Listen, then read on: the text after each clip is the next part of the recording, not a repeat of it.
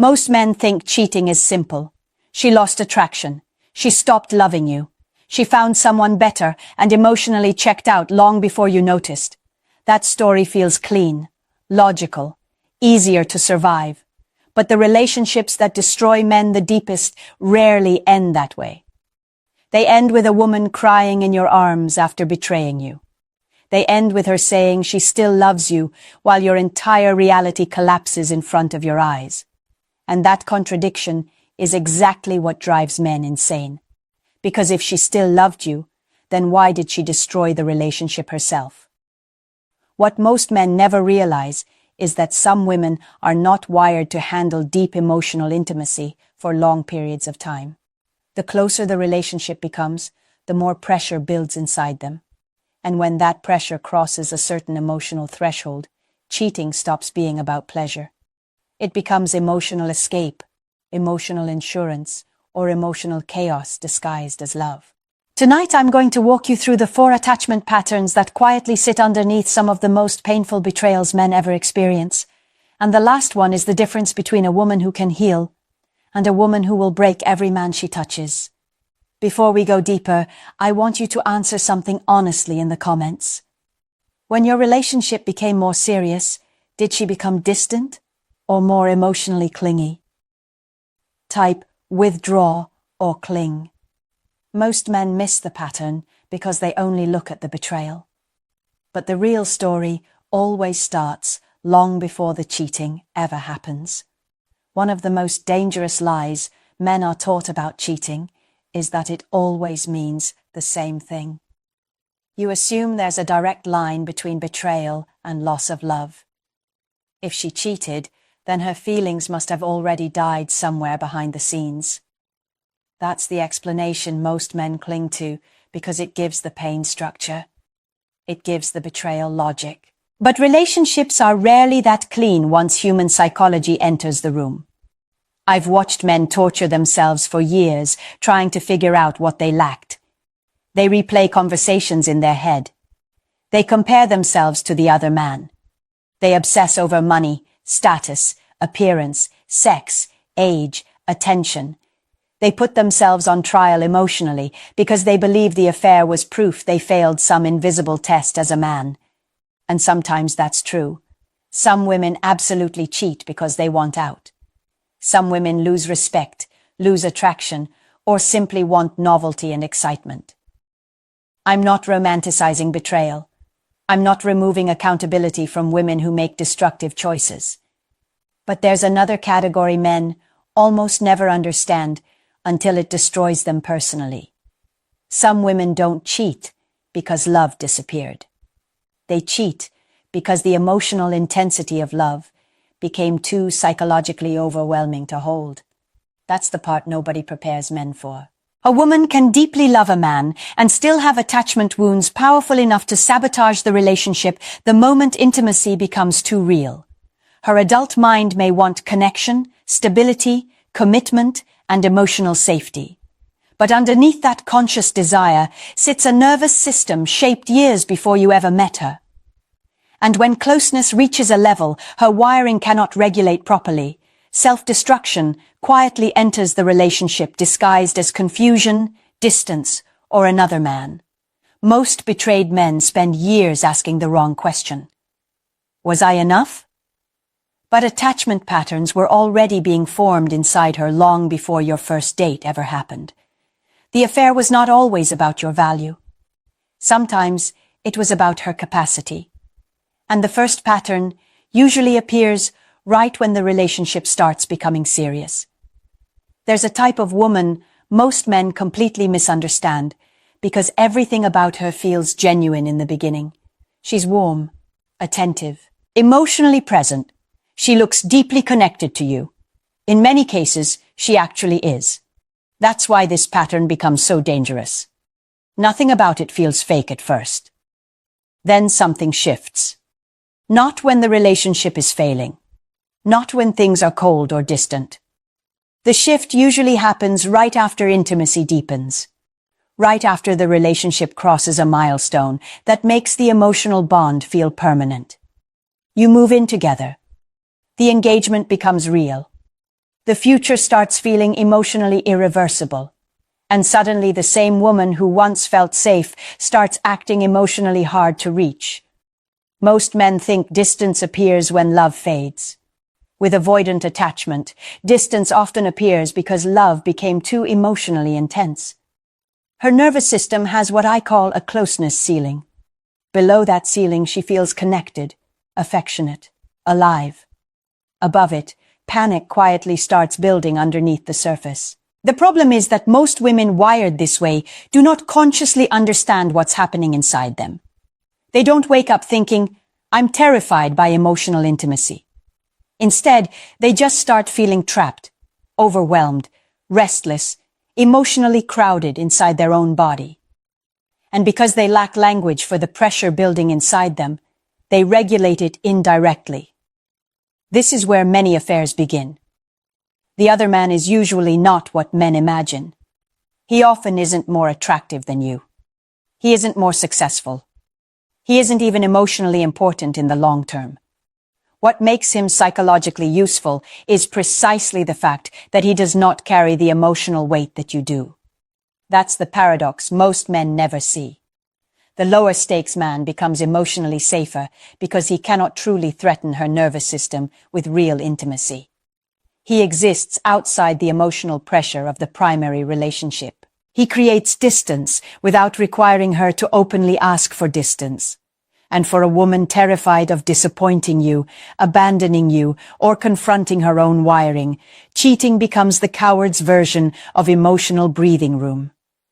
Your relationship starts suffocating her nervous system long before you ever see another man enter the picture. A lot of men make the mistake of responding to this shift by loving harder. They become more attentive, more emotionally available, more reassuring. They lean closer exactly when her system is screaming for space. And ironically, the healthier and more stable you become, the more trapped she starts feeling internally. That's why some women pull away immediately after the most beautiful moments in the relationship. You think the proposal brought you closer. For her, it triggered emotional panic she doesn't know how to explain. You think moving in together created security. Her body experiences it like loss of escape routes. Pay attention to the timing. That's where the truth hides. She grows colder after commitment, not before it. Her affection becomes flatter after emotional milestones. She suddenly needs space during the exact season you thought the relationship was becoming strongest. Some women even create unnecessary conflict simply to reduce emotional closeness because chaos feels easier to regulate than intimacy. And the cruelest part for men is this. She may still genuinely love you through all of it. Your love felt safe to you. To her nervous system, it felt like drowning. Some women would rather betray a man than admit intimacy terrifies them. Because cheating allows them to split the emotional pressure between two worlds without confronting the real problem underneath. For a short period of time, they get to keep the safety of your love while escaping the emotional weight of it at the same time. But another attachment pattern works very differently. These women don't run from closeness. They panic when they think closeness is about to disappear. Women with anxious attachment patterns operate from a completely different fear system. Distance does not calm them down. Distance destabilizes them. What terrifies these women is not emotional closeness. It's abandonment. The possibility that the man they love could slowly disconnect without warning. And this is where many good relationships quietly become dangerous. Because real life naturally creates temporary emotional distance sometimes. Work gets stressful. A man becomes mentally exhausted. Communication drops for a week. Physical intimacy slows down because life happens. A securely attached woman notices the shift and addresses it directly. An anxiously attached woman often experiences that same shift like the beginning of emotional death. Her nervous system does not interpret reduced attention as neutral. It interprets it as threat. That's when the overthinking begins. She notices you responding slower. She notices your energy feels different. She notices you seem distracted.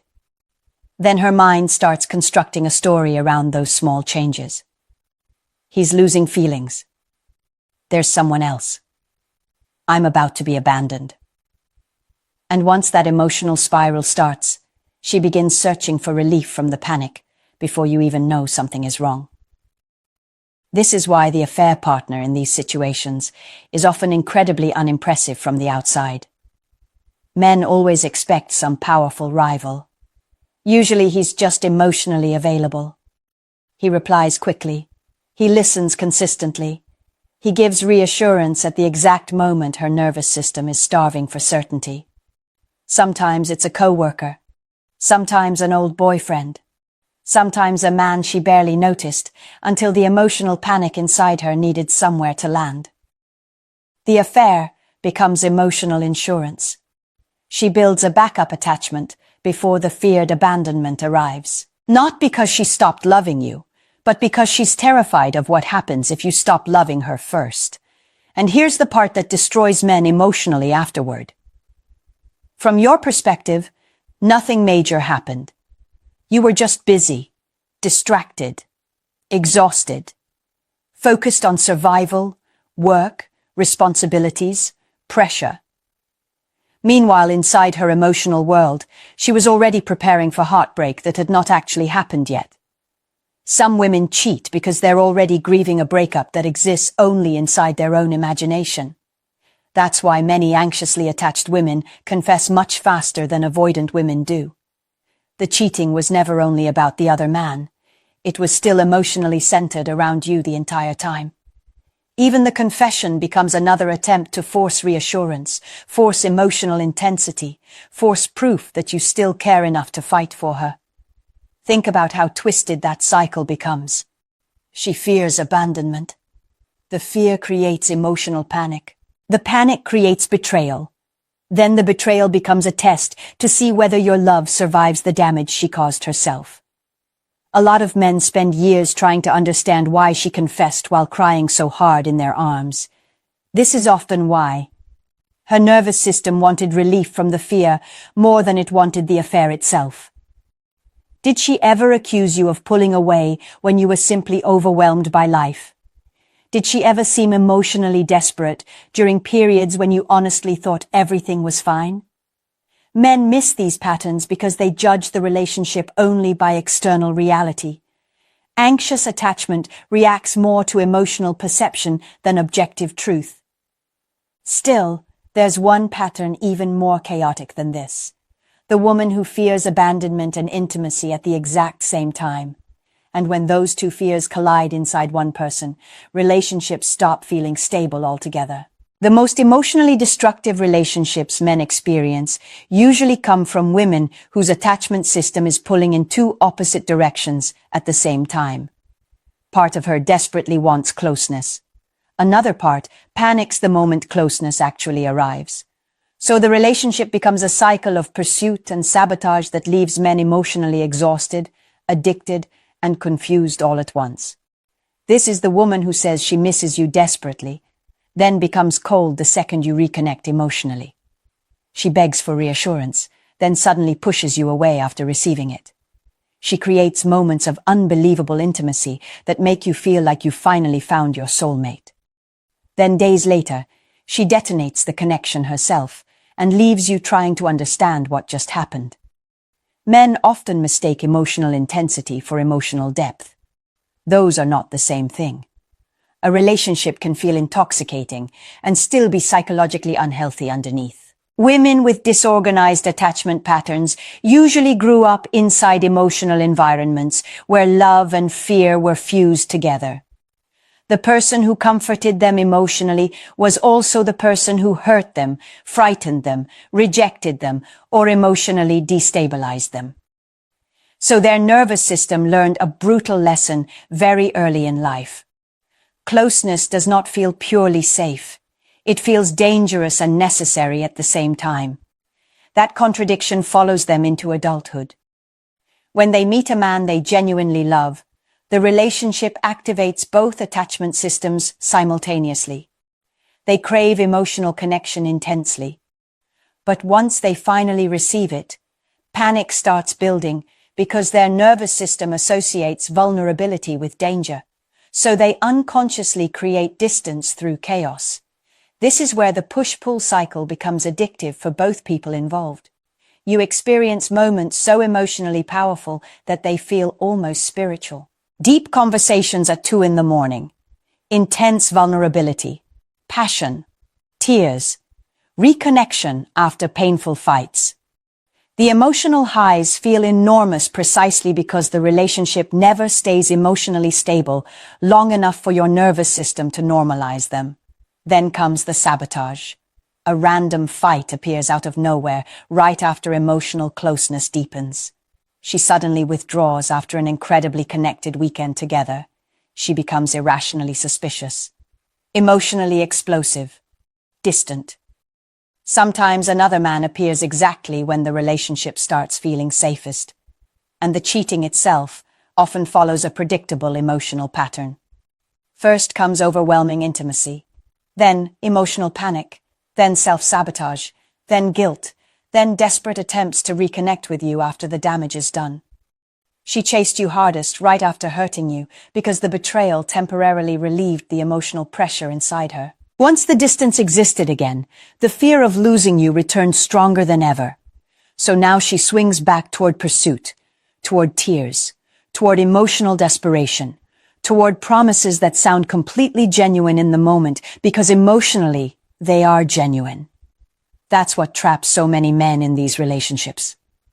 The emotional inconsistency creates psychological addiction. The pain becomes bonded to the relief. The chaos becomes bonded to intimacy. Every reconciliation feels meaningful because your nervous system survived another emotional storm together.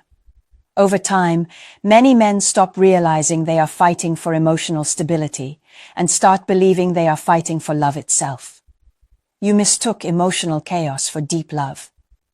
That sentence alone explains years of suffering for some men listening tonight.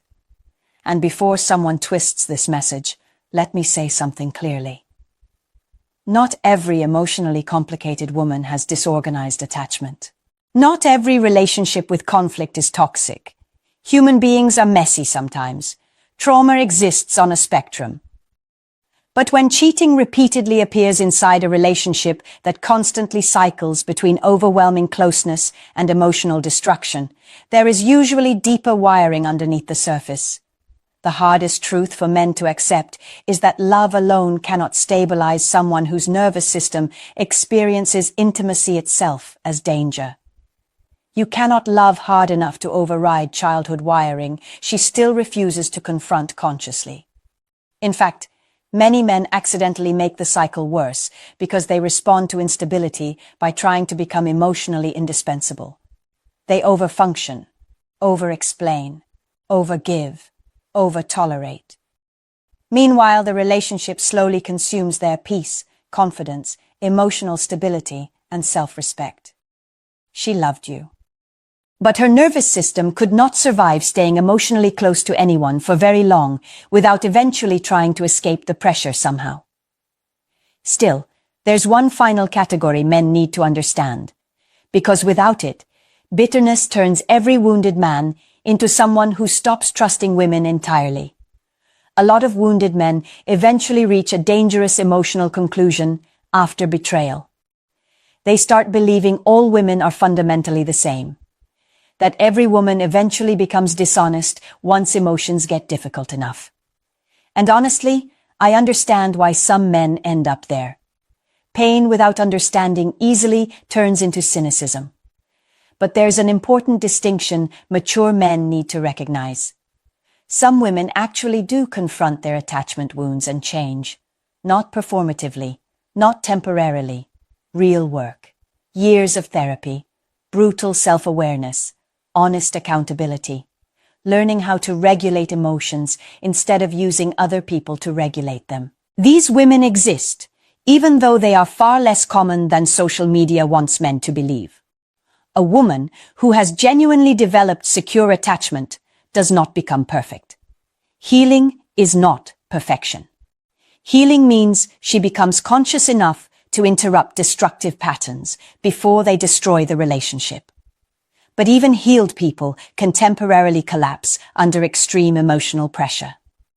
Postpartum depression, grief after losing a parent, severe burnout, identity collapse, trauma reactivation. Sometimes life hits hard enough that old survival wiring briefly comes back online, and in some rare cases, that regression leads to betrayal. The difference is what happens afterward. A chaotic woman trapped inside lifelong patterns usually repeats the cycle. The apologies sound emotional, but the structure underneath never truly changes. Within months or a couple years, the same behaviors return because the nervous system itself never evolved. A healed woman under collapse looks very different.